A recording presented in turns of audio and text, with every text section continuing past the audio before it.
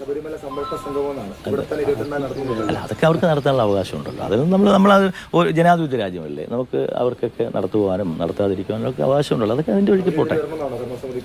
എന്തോ നമ്മുടെ സംഗമത്തിന് കർമ്മസമിതിക്കാരും വരണമെന്നാണ്. യോജിക്കുന്നവരെല്ലാം വരട്ടെന്നേ. നമുക്കിതിൽ ആരോടും അവരെ വേണ്ട ഇവരെ വേണ്ട എന്നുള്ളൊരു ഇതില്ലല്ലോ. അപ്പോൾ പിന്നെ അവർ മാത്രം ഇടുന്നൊരു ചട്ടക്കൂടിൽ കൂടി പോകാൻ പറ്റില്ല, അങ്ങനെ പോകാൻ പറ്റില്ലല്ലോ. അപ്പം എല്ലാവരും വേണം ഇതിനകത്ത് BJP, കോൺഗ്രസ്, പിന്നെ കമ്മ്യൂണിസ്റ്റ്, അങ്ങനെ ഒരു വിശ്വാസമില്ല, അങ്ങനെ ഒരു പ്രശ്നമില്ല. വിശ്വാസമുള്ള എല്ലാവർക്കും. ഇതുമായിട്ട് ബന്ധപ്പെട്ട് മറ്റുള്ള സംഘടനകളെ ക്ഷണിച്ചിട്ടുണ്ടോ? ഹൈന്ദവ സംഘടനകൾ? അല്ല, ഞാൻ പറഞ്ഞില്ലേ, ഞങ്ങളിപ്പോൾ ഹൈന്ദവ സംഘടന, രാഷ്ട്രീയ സംഘടന എന്നൊന്നും ഞങ്ങൾക്കില്ല. ഞങ്ങളെ സംബന്ധിച്ചിടത്തോളം അയ്യപ്പ ഭക്തന്മാർ, ജനപ്രതിനിധികൾ, എല്ലാ തിരുവാഭരണ സംഘത്തിന് നമ്മളിത് കൊടുത്തിട്ടുണ്ട്. പിന്നെന്താ, ഇപ്പോൾ സത്യത്തിൽ ഒരു ഒഫീഷ്യൽ ഇൻവിറ്റേഷൻ മാത്രമേ ഉള്ളൂ ഇല്ലേ? 2 ആഴ്ചയ്ക്ക് മുമ്പ് അനൗദ്യോഗികമായി ഞങ്ങളുടെ കമ്മ്യൂണിക്കേഷൻ നിരന്തരം നടന്നു വരിക. പക്ഷെ ഒരു ബോർഡ് തന്നെ വന്ന് ഒഫീഷ്യലായിട്ടുള്ള ഇൻവിറ്റേഷനാണ് നടത്തിയിരിക്കുന്നത്. അതാണ് കാര്യം.